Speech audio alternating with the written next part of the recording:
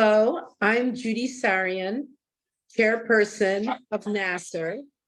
On behalf of the National Association for Armenian Studies and Research, the Krikor and Clara Zohrab Information Center, and the International Armenian Literary Alliance, I would like to welcome you all to the launch of Literary Lights 2023 reading series, featuring Taleen Voskuni in conversation with J.P. der Boghossian. I will turn the program over to Olivia Katranjan, the founder of IALA. Hello and welcome. I'm so grateful to be collaborating tonight with NAASR and the Zohrab Center in this year-long spotlight on contemporary Armenian writers. We have such an exciting lineup of readings and discussions featuring new releases across genres, including speculative and literary fiction, poetry, nature writing, experimental fiction and translation, an anthology of essays by voices from the Armenian diaspora, and tonight's queer romantic comedy. I hope you will read along with us. Thank you so much to Judy Sarian, Lisa Gulasarian, Nancy Krikorian, and everyone at NAASR, to Jesse Arlen and the Zohrab Center, to my colleague Hovset Markarian, who's produced this series behind the scenes, and everyone at IALA for making this possible. Historically, the Armenian literary community has not had a dedicated platform to support authors and literature, so this series is a major step forward. Without further ado, I'd like to introduce J.P. der Boghossian, a writer, speaker, and host of the podcast, This Queer Book Saved My Life. He's the founder of the Queer Armenian Library, a groundbreaking collection of literature, film, music, and art. JP has been a champion of the Queer Armenian literary movement. He said the genre is consistent in its audacity to imagine, love, and speak necessary truths, which we see in tonight's featured novel by Taleen Voskuni. JP. Thank you, Olivia. That was very kind of you. I can't stress enough, I did not have this on my life bingo card that I would ever be in this position at an Armenian literary event, interviewing a queer author about a queer rom-com. So this is a historic moment, and I hope that we all appreciate what is about to happen this evening. So Taleen Voskuni is an Armenian American writer who grew up in the Bay Area diaspora, surrounded by a rich Armenian community and her ebullient family. She graduated from UC Berkeley with a BA in English and currently lives in San Francisco, working in tech. Other than a newfound obsession with writing rom-coms, she spends her free time cultivating her kids, her garden, and her dark chocolate addiction. You and me both, Taleen. Sorry Bro is her first published novel. I will turn it over to Taleen for a reading of Sorry Bro. Thank you so much, JP. So for my first reading, I think we're going to be doing two tonight. And the first one, I want to focus more on family. The protagonist's name is Nare, and her cousin's Diana, and we have her mom and her grandmother Nene in the car, and they're talking about Nara going to this series of events called Explore Armenia, and Nara going to, with the intention of meeting an Armenian husband. So this is, there you go. I'm going to read to you. All right. Diana backs out with a touch of careless abandon, and my mom is already starting with a request for slow driving. Gamat, Hajis, you know I can't take it. I am, Tantik. Okay, Nar, so you're really doing this Armenian guy thing? Is Tantik Anahit exaggerating? It's all true, I'm just, how do I explain this? My brain is foggy, and I'm regretting not joining them for a glass of tea earlier. Finally listening to her mother, my mom finishes. And I'm glad for it, because it means I don't have to explain further. Diana makes a daring left turn onto 19th, the artery to the freeway. The Armenian school is off an exit right before it. We zoom past all of San Francisco's side-stitched homes, while my mom makes a sound like she sucked all the oxygen out of the car, and I can imagine her digging her nails into the handle. I decide to open slowly. So I met Arek, the engineer guy, also his friend named Vache, who's a food journalist. Isn't that cool? My mom retorts, if you want to end up penniless, yes. What's his last name? I didn't catch it. My mom sighs. Diana says, Nada always used to like the intellectuals. Okay, past tense, diss on Trevor. I mean, it's true though. I can tell you right now that being a lawyer and being an intellectual can be mutually exclusive. We need to find you those East Coast Armenians. Dar peren East Coast nera. The ones who are more American because they've been here so long. You love that. Some Bostonian Watertown guys with checkered shirts who aren't afraid to wear bow ties and have jobs in like finance. Oh, I can totally see it. My mom shoves off this idea. In one breath, she says, they don't come to our things, and we have plenty of men. Now, tell me about Are Krikorian. I kind of love how all business mom can be about the prospect of dating when it comes to Armenian guys. It's like she's a matchmaker in the old country, rifling her fingers through a hanging file. I explain, he's super friendly, but he's like that with everyone. So you liked him? Diana asked. Yeah, but he's not my type. His shirt was so shiny, I could have done my makeup in its reflection. My mom and Diana laugh. Narinen ovga portesa musnatsnel, karoga laver. Nana's got my back, wondering what kind of guy they're trying to marry me off to. And she's into Vacha's journalism career, unlike my mom. Then again, Nana is an artist, and like recognizes like. I tell Nana not to worry, I'm not marrying anyone yet. Diana is speeding along a mostly empty street. My mom grabs Diana's seat and leans towards the front. I see red lights, gamuts. Diana does a courtesy brake, slowing down probably 2 miles an hour. I continue. I made some other friends too. Jeanette from the South Bay somewhere. My mom chimes in. Oh, Jeanette, is she thin and small? Reminds you of a bird, a pretty bird? Yeah, that's right on. I know her, Yakubian's parents are both professors at San Jose State. Very snobby. She draws out very for like 10 seconds. But you liked each other, that is good. More or less we did. And there was also, I braced myself and set my voice to almost bored.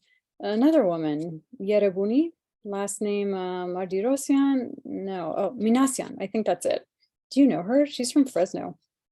Yerebuni, strange name. Never heard of a Yerebuni. Minasyans, we know a couple, but none from Fresno. Who else?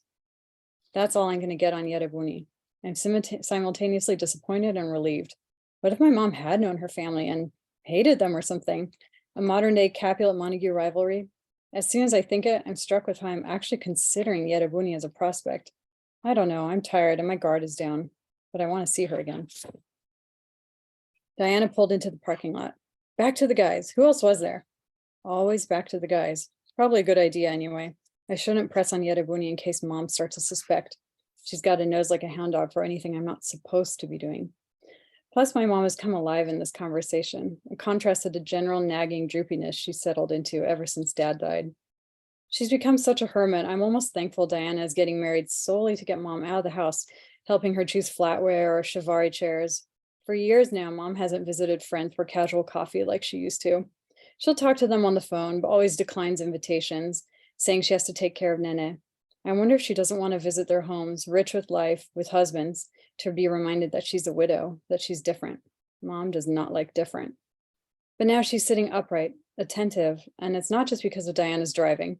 I want to keep that going, and I know what she'll love to hear.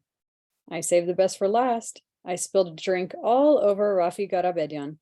Vaya svads, my mom claims, crossing herself. All right.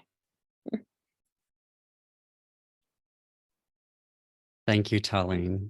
Yes. It's so good to be in conversation with you again. For those who don't know, Taleen was a guest on a podcast that I run, 7 Minutes in Book Heaven, which is a small, fun, lighthearted podcast to let folks know about new and upcoming books. And we talked about Sorry Bro, but I'm really looking forward to this conversation where we can really dive in into more about your book.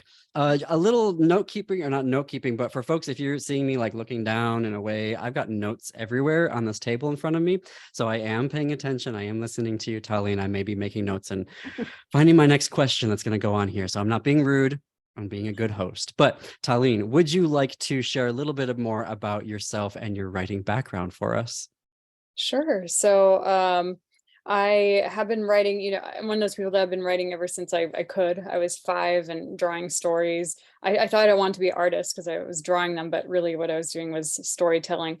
And then in high school, as my junior year teacher, like many writers have this like one great high school teacher, not all, but I've heard the story a lot, who told me like, Taleen, you're a writer. I was, what? I never considered that before. So she's in the acknowledgments of this book, and I sent her a copy. But I've been trying to write since I always wrote short stories. I got a couple things published here and there, very, very small short things, and just like one handful of publications. Always knew I wanted to write a novel. Then in about 2016, I decided to really buckle down and try hard to finish for the first time. And I thought maybe if I went with a more commercial book, like romance that has very clear plot beats and plot points, it might be easier for me. And that really has been the key. Like, I'm not a organized mind, it's chaos up in here. So having a something like this book called Save the Cat really helped me like process all the, okay, like here's the dark stormy night, here's the B character that needs to come in to change things up. That's been really helpful. So I tried 2 books first, and I could just feel they weren't quite the ones, and neither of them dealt with Armenian issues. Actually, they were like white American characters. And then I wrote Sorry Bro in the summer and fall of 2020. So that changed everything. I want to know more about that, because when Olivia shared with me the news, like the clipping that it was coming out, I didn't understand. I saw like the picture of the screenshot and I was like, wait, what? A queer Armenian rom-com? And as far as I'm aware, this is the first, right, of its kind. So it's an amazing historical, in the realm of not only Armenian literature, but obviously queer Armenian literature. So how did this story come to you? How did you land on the idea of these characters and this rom-com? Yeah, I remember I didn't set out to write an Armenian story, but I was taking the train to work and I heard the voices of these 2 women speaking. One of them, I debated reading this one, but I didn't. So one of them saying something like, "Can't we have just one conversation without bringing up the Armenian genocide?" And another woman sort of gently and curiously correcting her. And I was really taken in by the dynamic between those 2 women. And also, yes, I know that I didn't think I was going to write something serious. I wrote a romantic comedy, but I couldn't write this book without, at least my first published book, without an Armenian genocide recognition subplot. It feels too tied to our history. I hadn't written about it yet, so it was, tied up in my mind. So in this book, Nada's journey, she embraces her Armenianness, and it sort of parallels mine, where I pushed it aside for too long, just refused to see it or engage with it in a deeper way. So then I started embracing it more and more fully. And so much so that I wrote an entire book about it. And I wanted it to be a happy book, a queer book. Like, there are so few happy Armenian stories that it almost feels different, or maybe even subversive, I would say, to give us a happy ending, because we deserve joyous stories. Queer Armenians even more so. Like, I think it's okay for us to have something that's just fun, even while it acknowledges our past. Yes, snaps to that. So I was just doing my research. This was a pretty fast process, if I did my research correctly. Like, did you really write the entire draft, or first draft of the manuscript, in 4 months? I did. Yeah, so that's the beauty of commercial writing. You can write fast since you don't have to pay as much attention to like the ornamentation of your language.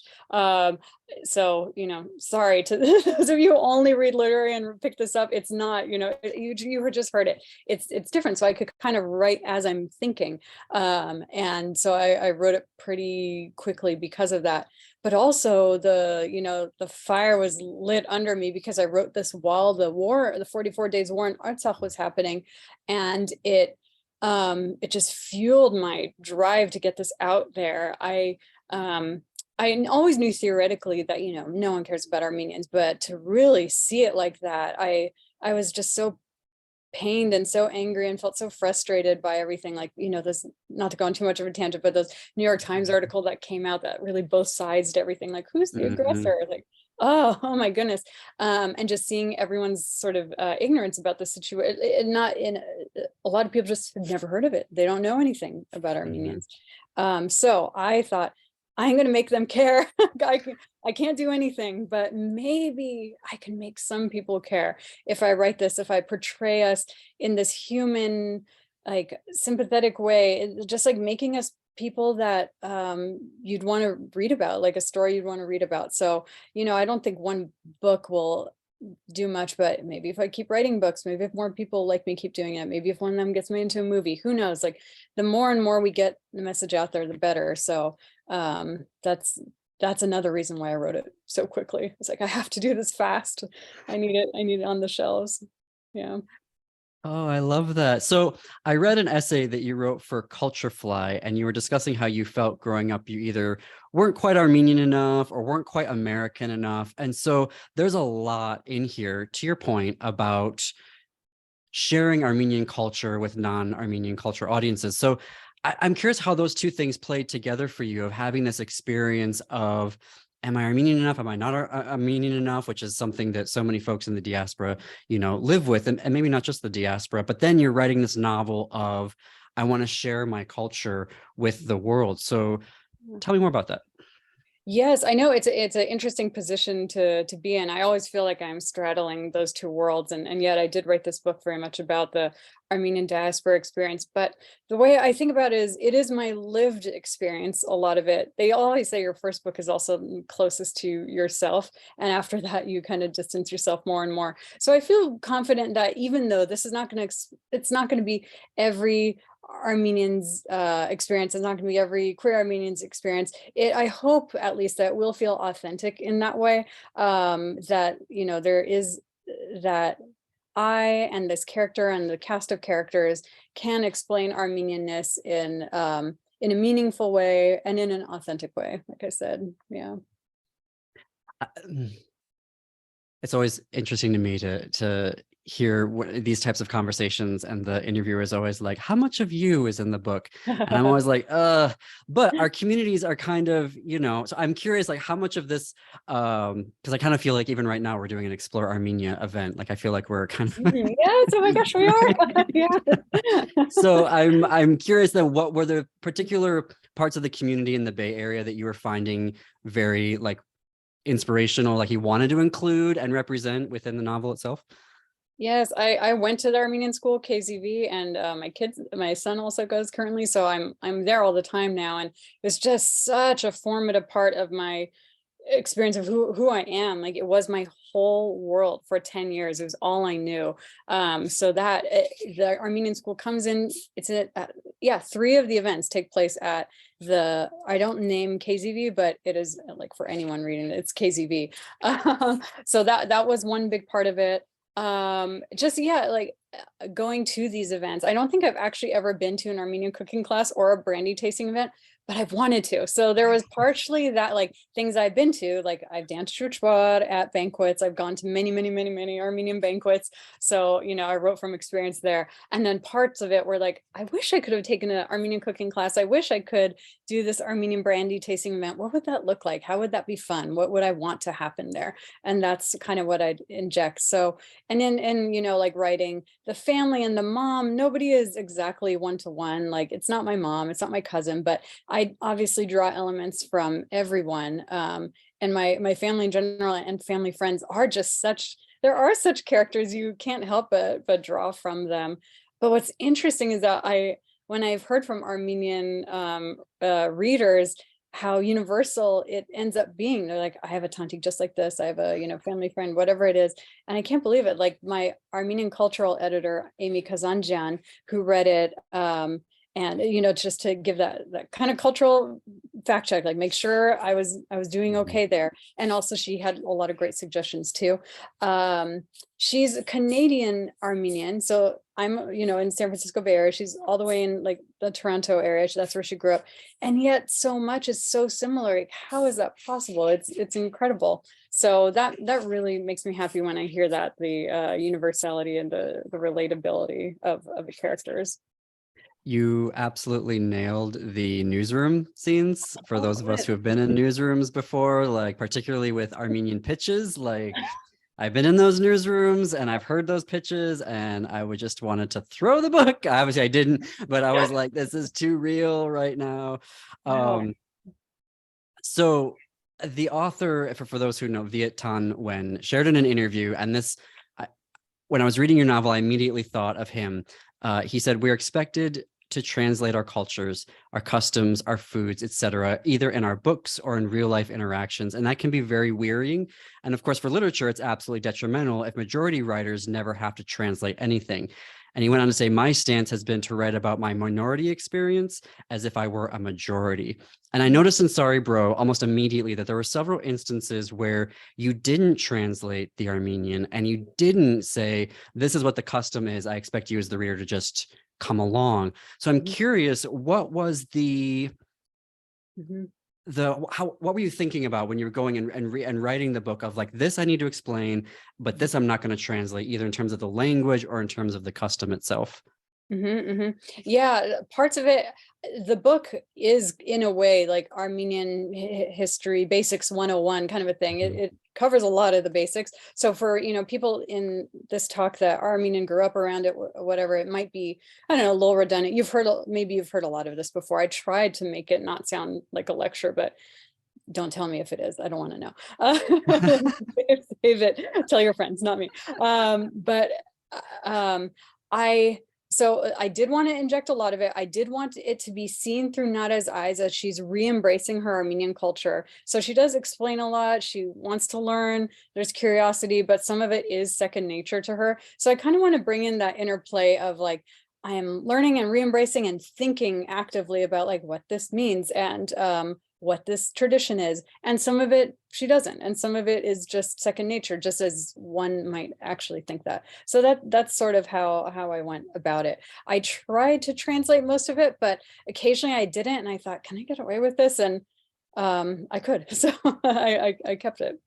Absolutely. Absolutely. No, it worked. It was really nice to read a novel and be like, it almost felt like written from the majority view, and it was like unapologetic. And I think and I'll just, I guess, speak for myself. I felt like you captured that there is that Armenian voice, if you will, of when we're talking to non-Armenians about our history and our culture, right? I can always hear, it's like a thing that we switch into, right? It's like our kind of like reporter voice. There's like Armenian voice where we're like, okay, sit down. We're going to explain to you what this is. And then we're going to go back to our conversation. But I think you captured that really well. I really liked that part of it. I'm also curious. So you wrote it, I don't want to say really fast, but that process went pretty quickly. And it being a queer rom-com, what was the reaction from like when you were querying it? I want to start there actually. What was it? What was the feedback you were getting as you were querying the manuscript? Interesting. So very good. I hesitate. It was easy for me. I got 5 agent offers. I didn't have to do that much, but let me just tell you, this would have never happened 5 years ago. Like when I first started it, like there was no market for sapphic books. The queer rom-coms, like they would publish a couple like male ones a year, and that's it. And only like some of the like biggest names would get to do that. So there were no traditionally published sapphic books on the bookshelves, like almost none. Berkeley, my publisher, published their first sapphic rom-com in 2020. So if I had tried this 5 years ago, I don't think I would have gotten the kind of response I did. It was luck. It was true luck. I'm telling you, it was not that my book was so great. I hit on something that the publishers finally thought like, oh, we do want this. This is starting to sell. It's an untapped market. Let's go for it and let's get it. We want to get these books. So I do believe that's what it was more.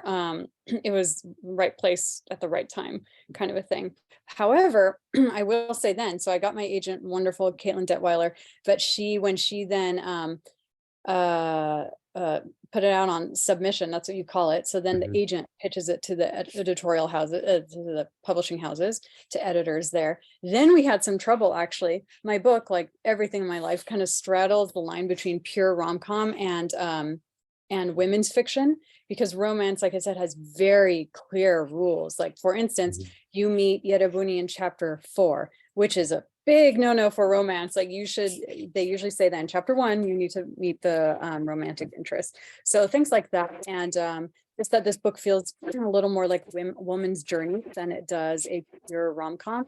So that was one thing we were running into. We would sub to women's fiction editors, they would say, it's too rom-com. When we would sub to romance, they would say, no, this is too this doesn't quite, it's not exactly a rom-com. So out of 19 submissions, 18 said no, but one said yes, and it was Berkeley, which is a pretty big publisher owned by Penguin. So sometimes you just need the one. And again, I feel I got lucky there. Was there feedback from the publisher at all about the Armenian storylines or the Armenian like storytelling part of it? I guess I'm curious, how did they respond to, because not a lot of folks publish. I mean, we're in a room where we all know this, like not a lot of Armenian work, as much of it doesn't get as published as it should. And there's a lot of good manuscripts sitting on tables right now that need more. So I'm curious, did the publishers have anything in that regard in terms of notes that were kind of eyebrow raising? There was and there wasn't. Some really like praised that. And I was like, wow, that part was really good. We really liked that part. And others kind of just were a little more vague and like, I'm not sure how to sell this. So you don't know what that means exactly.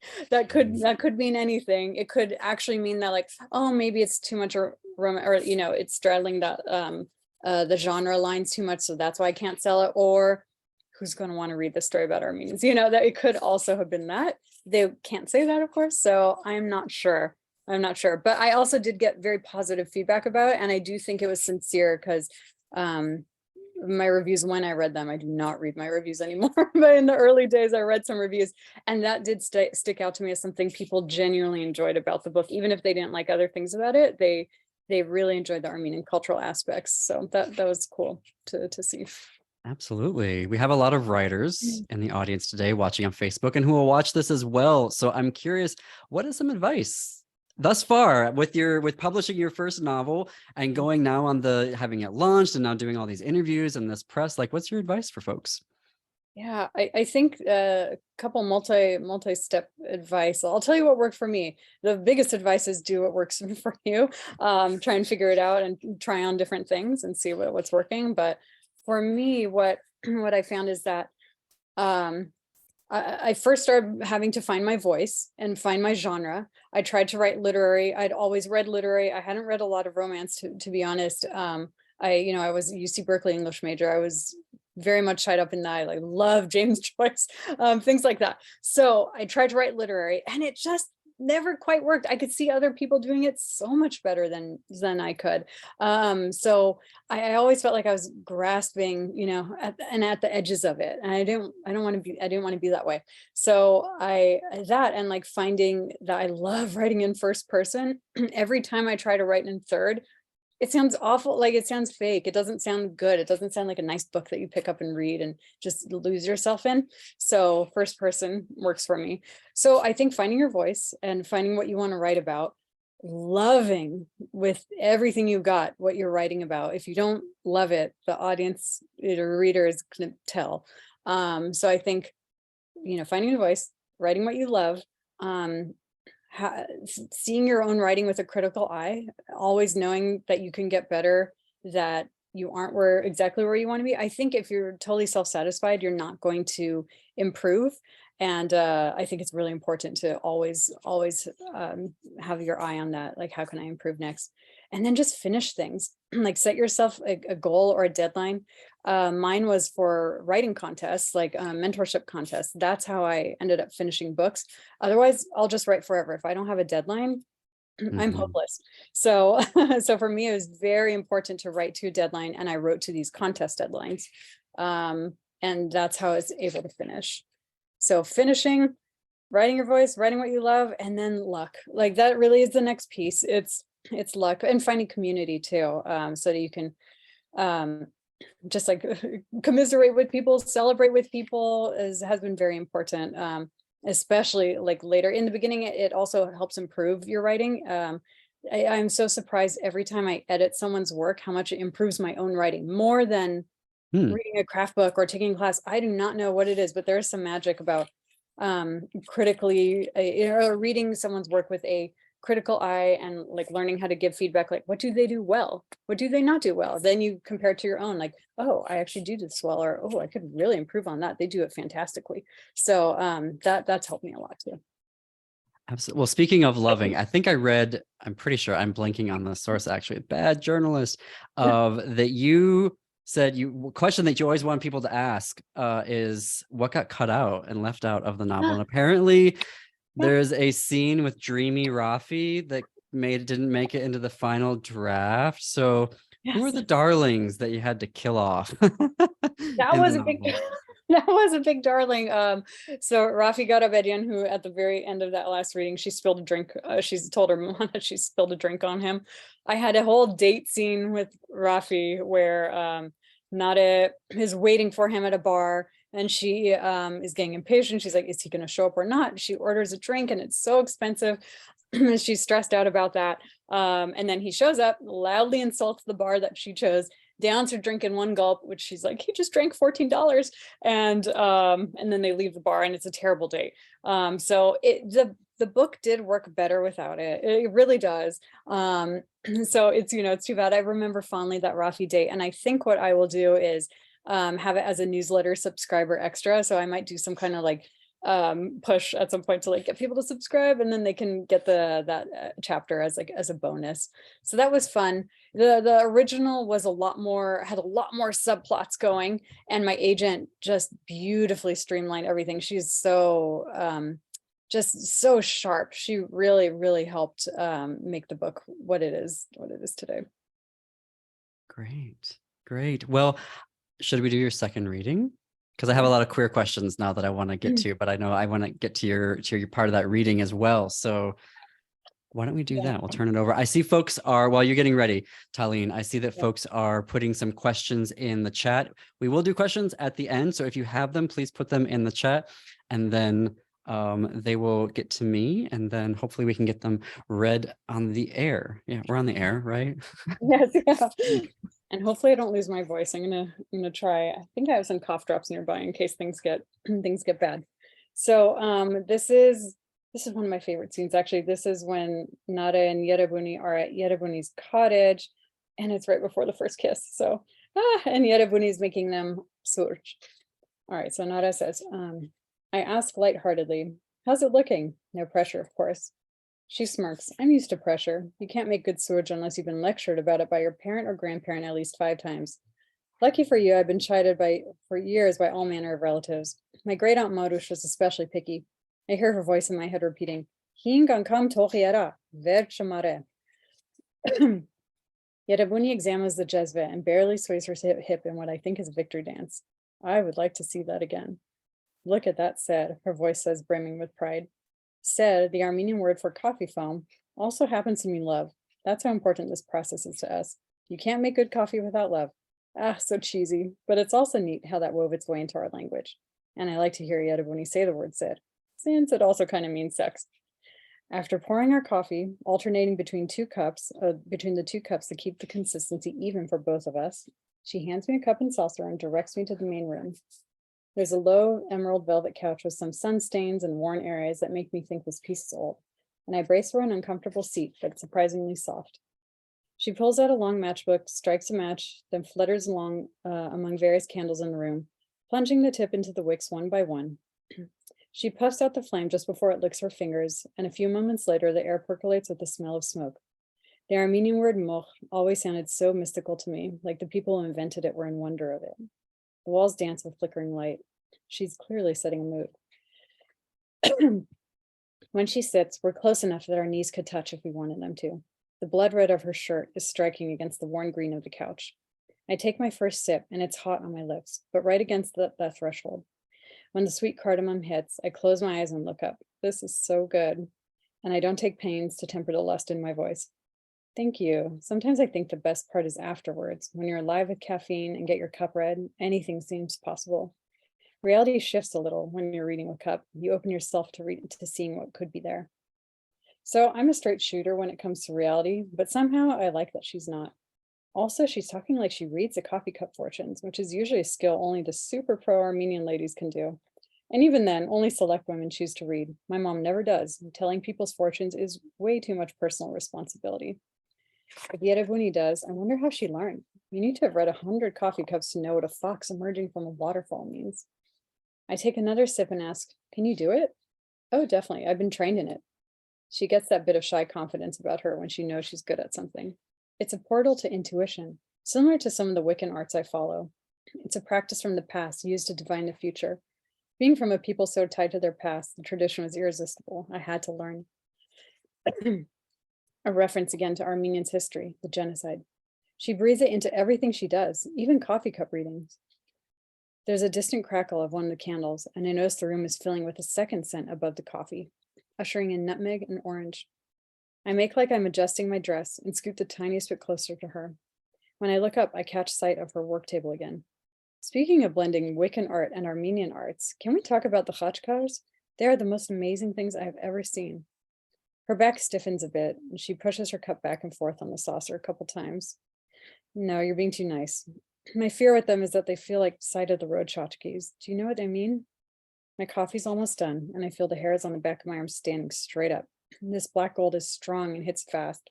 The excitement sparks in me all of a sudden, like I want to tell her everything, and I have to tell her everything, and that would be the best thing ever. I say, like when you're on a long-ass road trip to Arizona to see the Grand Canyon and the Hoover Dam all at once, and you stop at some place in turquoise and crystals, and they're shaped like dolphins. Yeah, no, that's not what you have here. She quirks out a smile, then sets her finished cup upside down on its saucer and places it on the table. Now the muddy dregs will spread down the sides of the cup and, in a couple minutes, reveal her fortune. When she sits back, her leg brushes against mine, and I swallow my breath. She doesn't pull back all the way. Our legs are touching, and I feel the warmth of her against my knee. This is a permanent and intentional thing, and that means it's on. I have to tell myself to concentrate on my breathing because it's getting heavy now, audible. That was embarrassing. Just kidding. No, I read that and then I immediately went to my kitchen and pulled out my jezva. I was like, Jim and Gordy, we're gonna have coffee this week. So what struck me when I was reading Sorry Bro is you kind of flipped the script on the queer Armenian narrative. And what I mean by that is that for so many, there's kind of this theme for queer Armenians of being told that if you choose, quote unquote, to be queer, then your Armenian identity stops and that you can't be both, right? And I'm told on the regular on Twitter, thanks Twitter, that I'm not Armenian anymore, right? But my point is that so much of queer literature is trying to reconcile these, right? And a lot of times what we see in the narrative as the queer person leaves the community, comes into their own as a queer person, then comes back into the community on their terms, right, that they set up.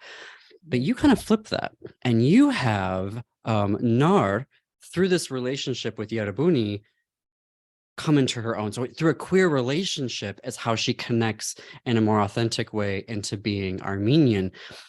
Could you walk us through those choices and how you got to that point? Because it's really, I noticed it right away and it was fascinating.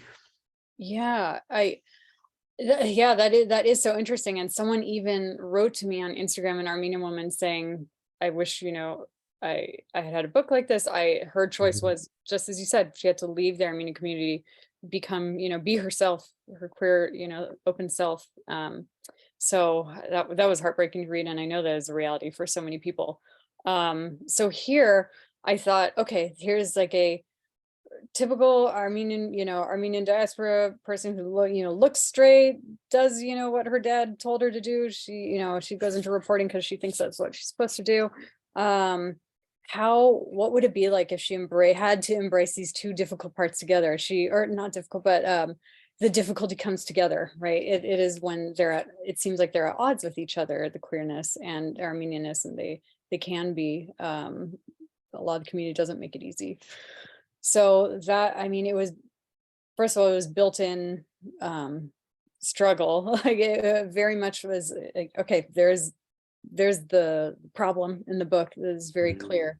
So I don't know. I felt like it was a realistic take on it. There's a point where Nada says, God, just as I'm embracing my Armenianness, I feel like now I'm going to be kicked out of it again. She's finally seeing the beauty of her culture, but she's at the same time falling for this woman and does not know what to do because she doesn't see how the two can coexist. So I wanted to show, like, it is, romances are supposed to make you feel good. They're supposed to be comfort reads. At the end, when the book finishes, you're supposed to feel satisfied. So I did want to write this idea that, like, it can end happily. You can be Armenian and you can be queer and you're still valid and you can still have your family. It doesn't always happen that way, but what if it could? It does for some. And here's one way it could. And in the end, it's not like her mom is like, you see, some of my white friends who are like fully embrace their queerness and is like rah rah for them and like march with them and all that. No, the mom's not going to be like that. She never will. But she loves her daughter, wants her daughter to be part of her family, and embraces Yerebuni too. So it's, it's not 100% perfect, but it's good. Sorry, spoiler alert, but it is a romance. Again, like I said, it's happy. So it's in a way not not a complete spoiler. Like I said, I wanted the reader to feel good at the end. So that's why I wrote it like this. Would Nene write in or walk in a pride parade? Nene might. Nene is Yeah. kind of a rebel, isn't she? I think so. She has a lot in her that had not been let out, and she wants to let it out now in her old age. I think so. I think Yeah. so. There are a lot of tropes and kind of we get a lot of tropes. I'm just gonna say that, and with bisexual representation, right, in literature. So for you, as you were writing Nar, what did you find is either the challenges or the like, this is what I want to make sure gets out, right, in terms of bisexual representation? Mm-hmm. Yeah, there's usually the like by disaster, which I definitely and Nar's kind of a disaster, but again, that felt really realistic to write. Like that's just who she was. I really wanted it to feel like a real version of what a closeted bi person who presents very straightly would go through. So I think a lot of the bi rep, like when I read now, I've read a lot of romances, and I've read a lot of queer and sapphic romances, and all that part skipped, which I get, because again, romance wants to be an escape, so they don't want to go through the whole like coming out part and all that. So it's the characters I read in a lot of the romances just like are happily out and queer, and they date women, they date men, no problem, without thinking about what's my family going to think.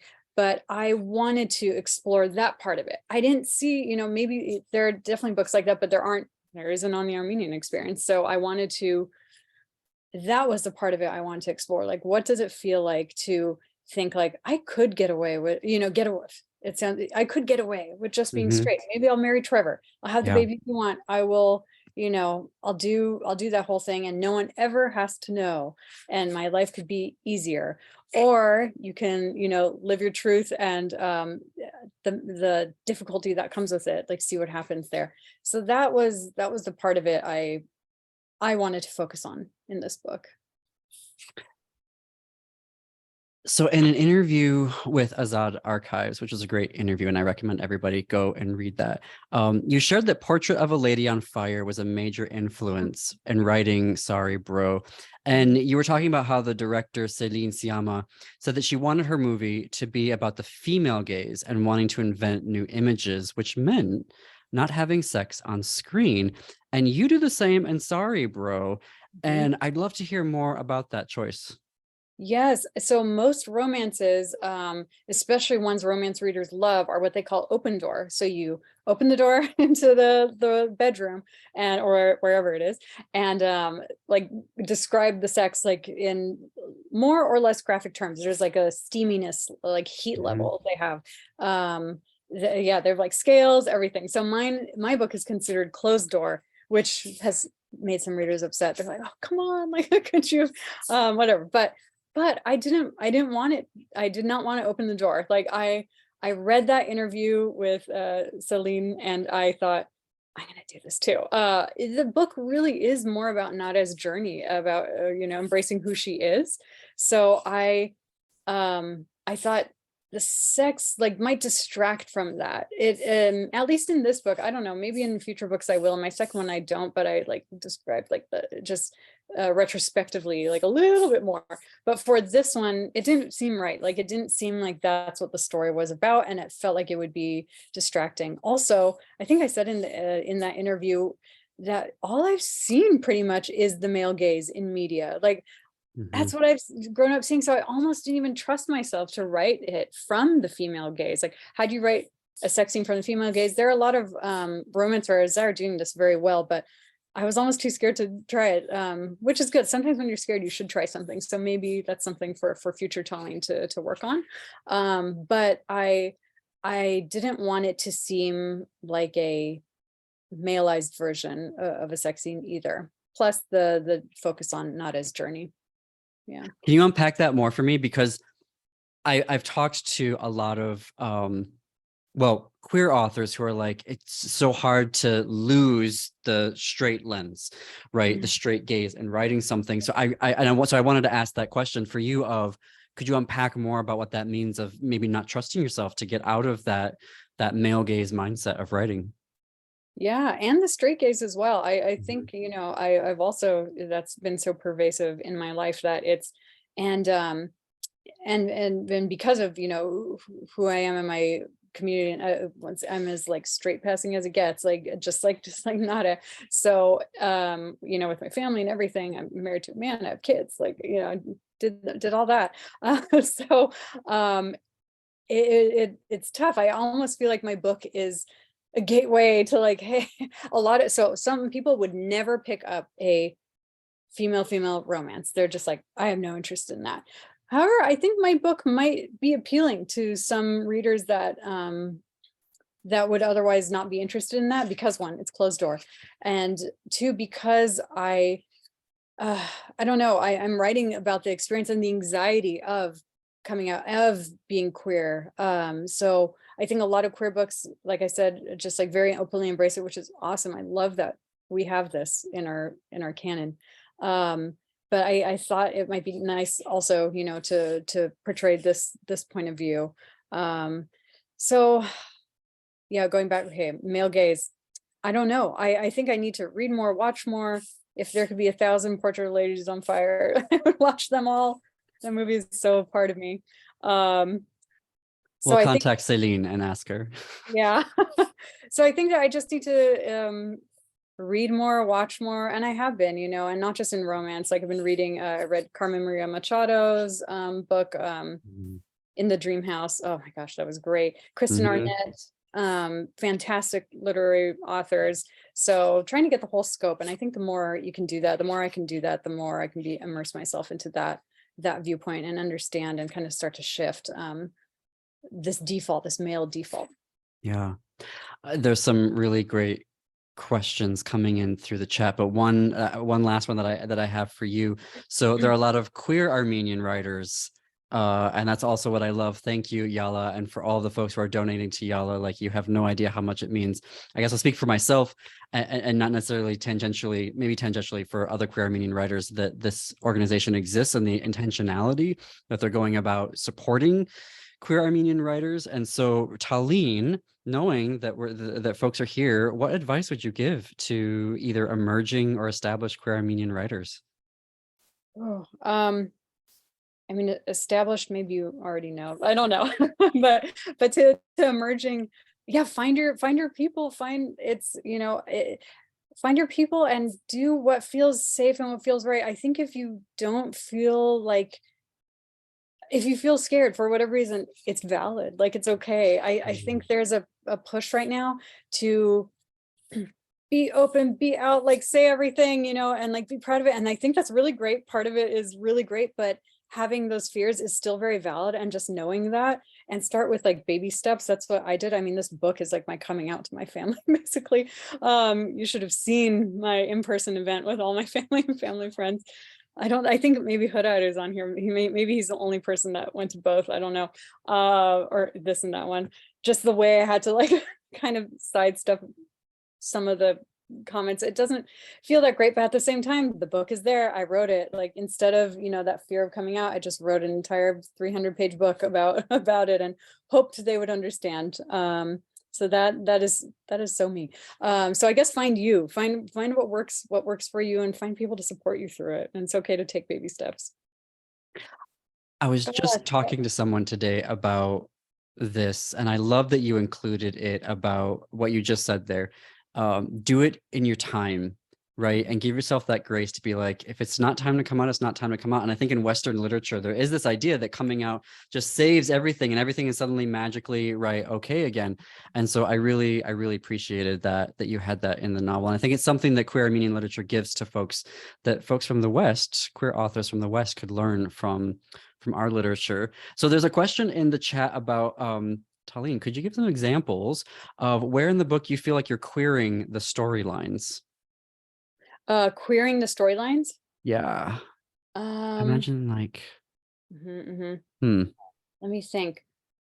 So that would kind of mean like it's a storyline. So I think queering like the rom-com storyline is what I'm taking from that question. But if I'm getting it wrong, it's the person who put it in there. Please give a clarification.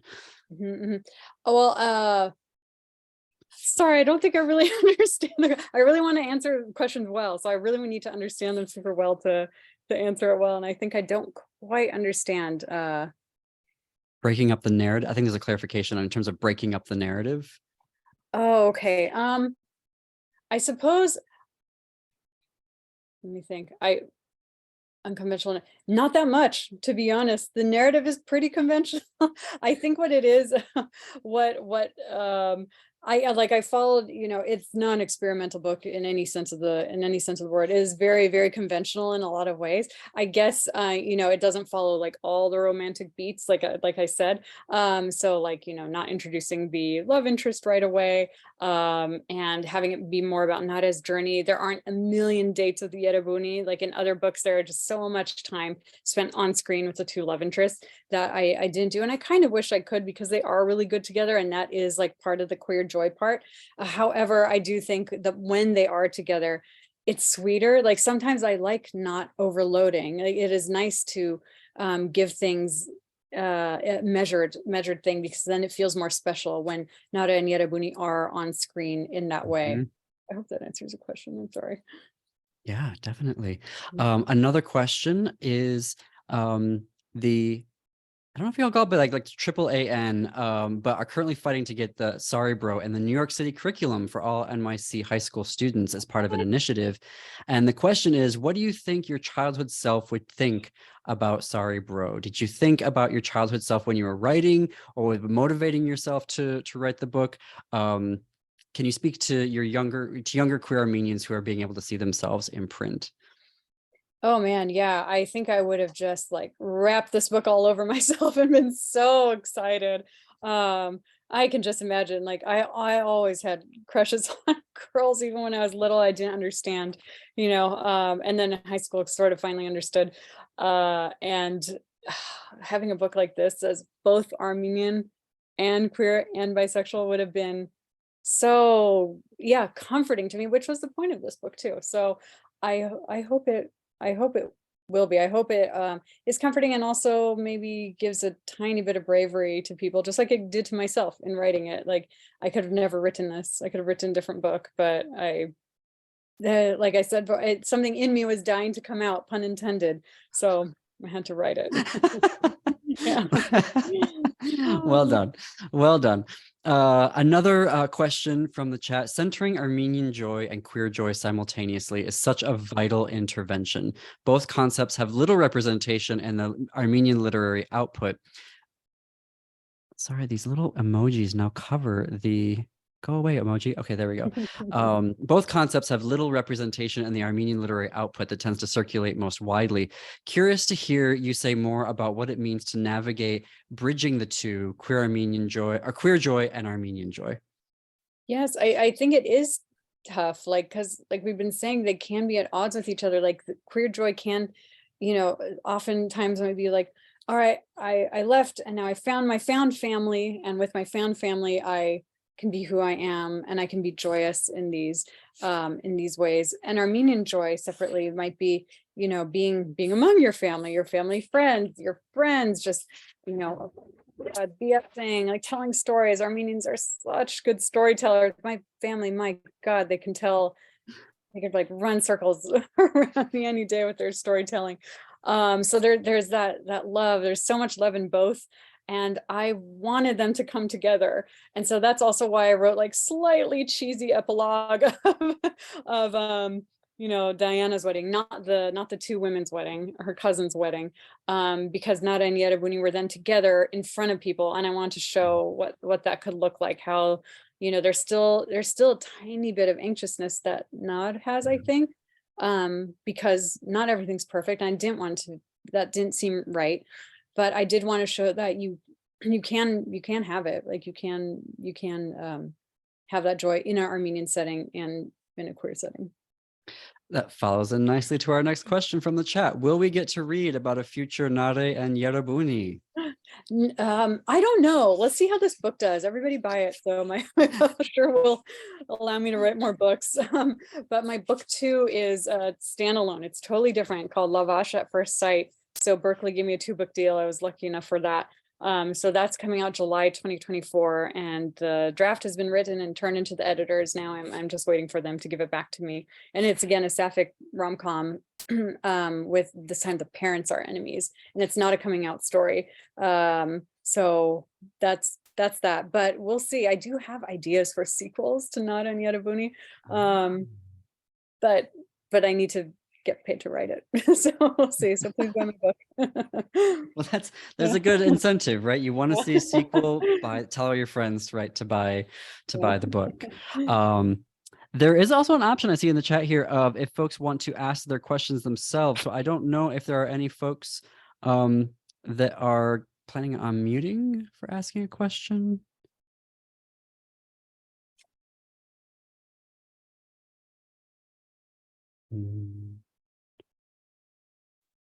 No, doesn't look. Oh, maybe. Doesn't look like it. So I was looking at the questions. When does Lavash come out? Lavash at First Sight? Oops, sorry. That comes out July 2024. I believe that's what the Penguin author portal tells me right now, but it's subject to change. As always. Well, pending no more. I love, so in the chat, I love the Armenian proverbs in the book. How did you choose them, and what's your favorite?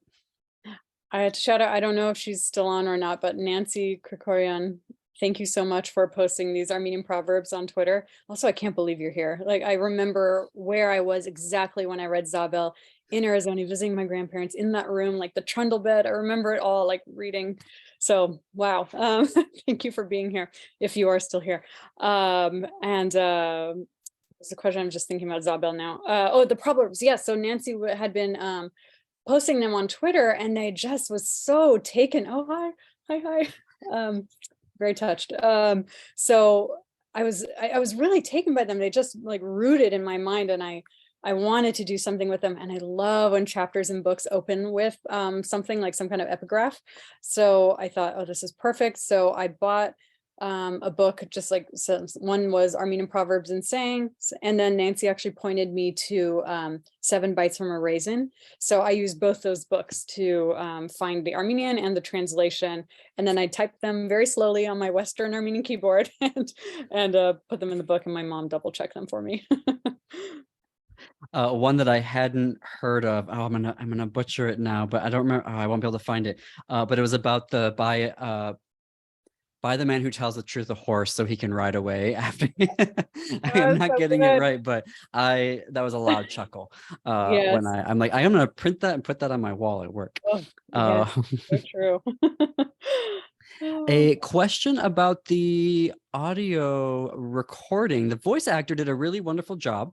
Did they work together did you work together with her to capture the essence of not only Nade, but the other characters? Like, what was that process like for the audiobook? Not at all. You would be so surprised how little say authors have in like everything in this process that isn't the actual words that they wrote. I was able to choose Christine Mirzayan out of several actresses. I just thought her voice was so beautiful, and when I heard her read Armenian, I was like, oh my goodness, it was just gorgeous. So that was the end of it. And then one day I was on Instagram and I got tagged saying, wow, the audiobook of Sorry Bro is so good, before the book was even released. I was like, what? So Penguin Random House has some like influencer app where influencers can get audio early. And I had no idea the audiobook was done, like no clue. And then I asked, my team to give me a copy. So I then listened to it and loved it, especially her voice of Nada's mom, like just fantastic. And I love audiobooks too. So I was very happy with that, but I did not get to work with Christine. However, I've been chatting with her on Instagram and sent her a copy of my book. Yeah. It's Great. Another question in the chat. Are there any pieces by Taleen Voskuni you would recommend for us to read? Oh my gosh. So Taleen Voskuni is my grandfather, and he was a journalist in Beirut and then here in America from Astag newspaper. So some people may remember him. I mean, he would be in his late 90s now, so possibly not. But he was a really fearless journalist, and that's his pen name Voskuni, which means weaver of gold, because he was not shy about his talent. And my sister and I decided to adopt it. She's a writer also. So he wrote a book in Armenian, Western Armenian, called Burning Cedars. Oh my gosh, what is the title in Armenian? Someone may have to translate that. I can't believe I don't know in Armenian off the top of my head. I apologize. But it's Burning Cedars, and it's about the Lebanese Civil War with a little bit of like personal nonfiction thrown in. And my mom and I are attempting to translate it right now. But if anybody wants to join in on that project, please let me know. I'm very, very interested in getting that in English as well.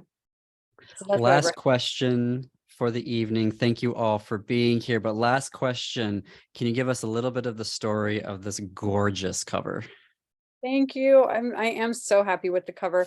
Originally, I sent like a 4 or 5 page description of everything that could go on the cover, including what the characters look like, their personalities, everything, Armenian elements. And I sent that to the Berkeley team, and they came back with some really great stuff. They came back with the pomegranate garland and San Francisco, the Golden Gate Bridge.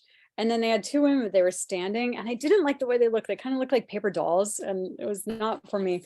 So I asked / begged them, because again, authors don't always get what they want, especially with the cover, because that's like a very much a marketing thing, for them to be turned away, because I like a little bit of mystery, like I've been saying. In fact, I would even have no women on the cover, perhaps. But anyway, so I asked for that, and I asked for more Armenian elements. I really wanted the surj in there because it wasn't in the original one. They said they couldn't do it, and the Armenian rug as well. So I was looking at it, I was like, this just looks like a white sapphic romance. So I was like, I'm putting down that card. So I told them that. I said, this is what you can do. And then they came back with this in the full color version, and it's the color of the flag a little bit. There's red, blue, and orange. So I loved it. I'm very, very, very happy with it. It's stunning. Thank you, Taleen, for joining us here today. This has been really special. How can folks follow you in the future for updates about your work? Thank you so much. Right now I am on Twitter at Taleen Voskuni, on Instagram, Taleen Author, and please sign up for my newsletter if you can, because one day I really want to get off Instagram and Twitter. I really do. So my newsletter might be the best way to keep in touch with me. Thank you if I don't get a chance, thank you so much, everyone. I'm truly honored to be part of this series with these literary greats. I feel like there are only greats and masters in our literature, and I don't know what you're doing inviting me here, but I really appreciate it. Thank you. Groundbreaking work, Taleen, really groundbreaking work. Thank you for being here. And I encourage folks, very soon, Taleen's book will be featured along with a number of other art and books on the queerarmenianlibrary.com. I think I saw our new managing editor on here as well, Natalie Cruz, who's going to be building out the art wing of the library as well. Hi, Natalie. Please be on the lookout for that. Of course, you can always listen to Taleen's episode of 7 Minutes in Book Heaven at thisqueerbook.com.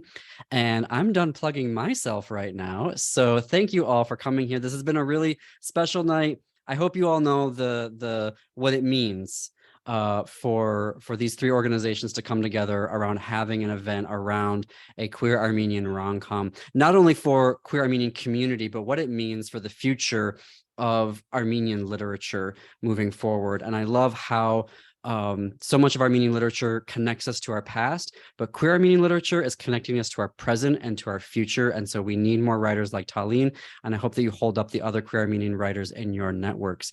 I am turning it over now to who am I turning it over to? Yes, Jesse, there we go. It was almost a slick sign off, wasn't it? Well, let me just thank you, Taleen and JP. First of all, on behalf of NAASR and IALA, it's such a delight for us to reading series with Bites, and you did such an excellent job of kicking off the series. Just wanted to especially compliment you, JP. It was so great to have a fellow writer be the discussant, and it just made the conversation so interesting. Also, I'm sure for the fellow writers in our Armenian and Armenian American community, many of which are in the audience, it just really shows how there's really a place for this kind of series. And I think this community will grow and grow, especially thanks to Olivia Katranjian and everyone at IALA who are doing so much to do the networking and all the work of supporting the Armenian and Armenian American writers in our larger community. Let me just say that if you liked what you heard, consider supporting one of the one of the organizations. You can find the links in the chat. And here is the info on the next session or the next event in the series, which will be March 29th, actually in person at the Zohrab Center, located at the Eastern Diocese in New York City. So March 29th, 2023. And we're gonna have this very interesting book, a book untitled, which is the English translation by Diana Kachoyan-Shans, who I just want to say once a long time ago was an intern at the Zohrab Center, who translated a 2006 book by Shushan Avakyan written in Armenian, which is a very kind of creative and experimental story that oscillates between the narrator's own present, who is an archivist and a translator, and her discussions with her friend Clara, and also goes back in time about 100 years and has conversation and interaction between the early 20th century Armenian feminist writers Shushanig Gurghinyan and Zabel Yesayan. And so we will have both Shushan and Diana in person in discussion with Harvard Armenian language preceptor Lisa Guleserian. So you're not going to want to miss this event. If you're in the New York area, please come out for this. And just a final note to say that there will be a post-event survey that's going to pop up on the screen when you exit the Zoom. And so please consider filling that out just to help us improve this series as we go along. Once again, thank you so much and congratulations, Taleen, on such a beautiful book that clearly speaks to the moment and is touching many people's lives. And thank you again, JP, for such a great job hosting this event. You clearly have experience in that. So good night, everyone. Thank you to everyone so much for coming, and we look forward to seeing you next time, hopefully in person, or if not, online. And you can find the details on all the upcoming series on IALA's website. So good night, everybody. Kisha Pari.